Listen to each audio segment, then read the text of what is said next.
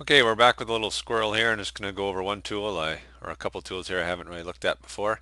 So we're going to look at the sponge tool, and the sponge is used to either saturate or desaturate a local area. It works just like the brush tool.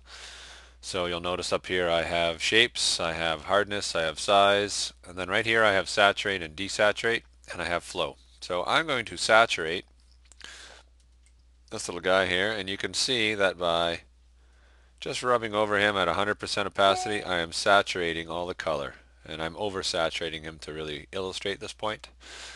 If I reverse that and I go to desaturate, and I'm just going to back up in my history for a minute, I can desaturate him and turn him black and white. I have to go over it a couple times, but that's how we get color in and out pretty quickly using a tool called the sponge tool. Just like that. So desaturate and saturate. You can use flow. Let's go through a couple others here while I'm at it.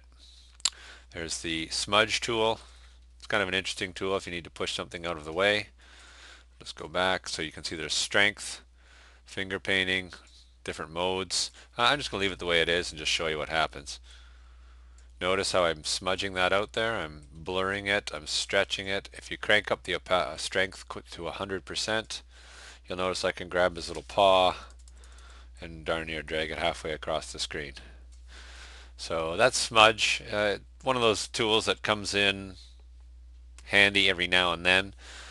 Not a popular tool that I use very often. We can make his eyes go bugging out here if we want, just for something different. So that's the smudge tool. Blur and sharpen are fairly straightforward. Sharpen is just going to sharpen the image. Blur will blur it. See how the background is blur? That's what blur will do. So if you want to just take some focus out of something, that's one way of doing it. So the two here we want to look at though are smudge and the sponge tools for sure.